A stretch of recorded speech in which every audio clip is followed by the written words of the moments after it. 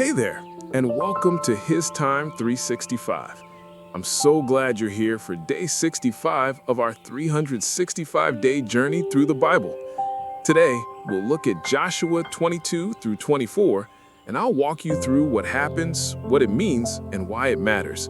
I'll share a summary and some insights to help you see the big picture and connect with the heart of the scripture. During your quiet time, I encourage you to read today's lesson in a Bible translation that speaks to you best. Now grab a quiet moment, take a deep breath, and let's spend a few minutes giving God His time. The Legacy of Faith. Lessons from Joshua 22 to 24. Have you ever been faced with a tough decision that could affect your family for generations? Today we dive into Joshua chapters 22 to 24, where we see how the Israelites, after conquering their promised land, navigated their future together in faith.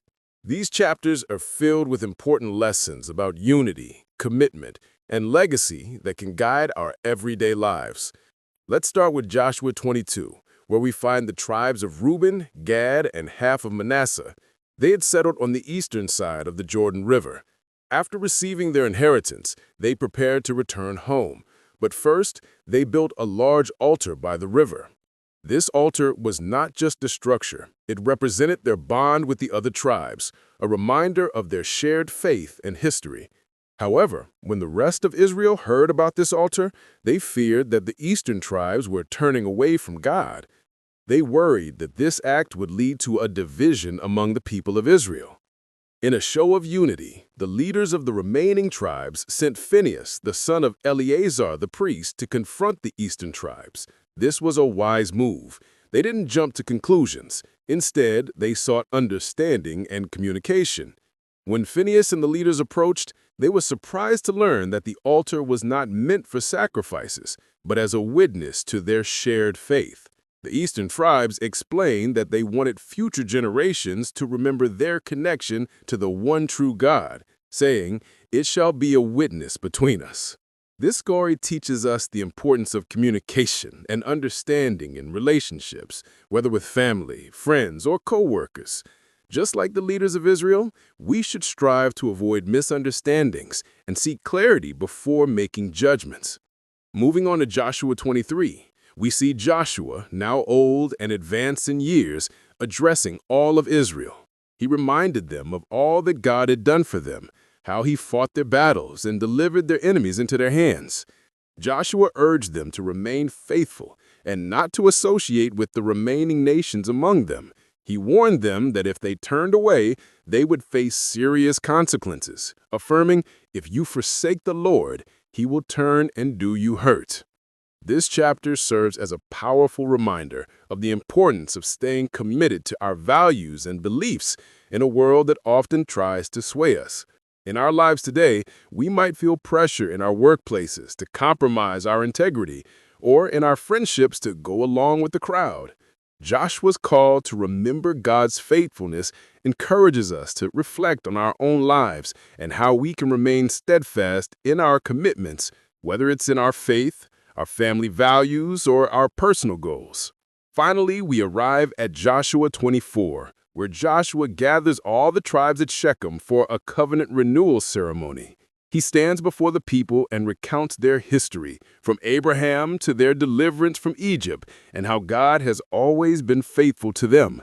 He challenges them to choose whom they will serve, the gods of their ancestors or the Lord. "But as for me and my house, we will serve the Lord," became one of the most memorable declarations in the Bible. This moment was pivotal.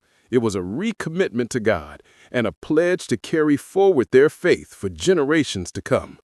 Joshua's call to choose serves as a powerful reminder for us today.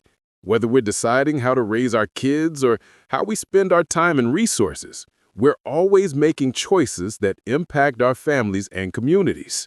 For instance, in our digital lives, we can choose to consume content that uplifts and inspires us rather than negative distractions.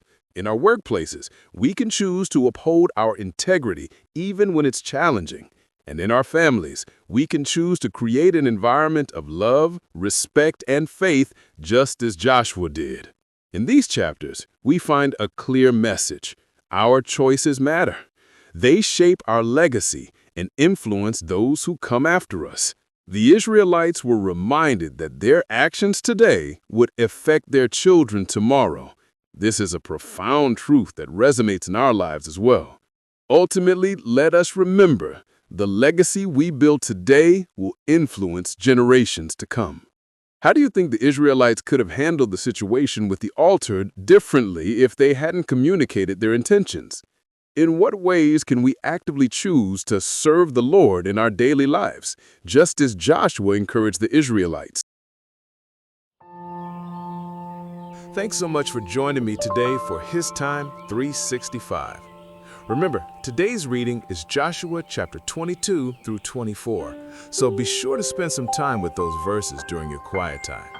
Tomorrow, we'll be diving into Judges chapter 1 through 4, so feel free to read ahead if you'd like to prepare. If you enjoyed this time together, don't forget to like, subscribe, and tap the bell so that you never miss a day on this journey. I'll see you back right here tomorrow for day 66. Until then, stay encouraged, and thank you for giving God His time today.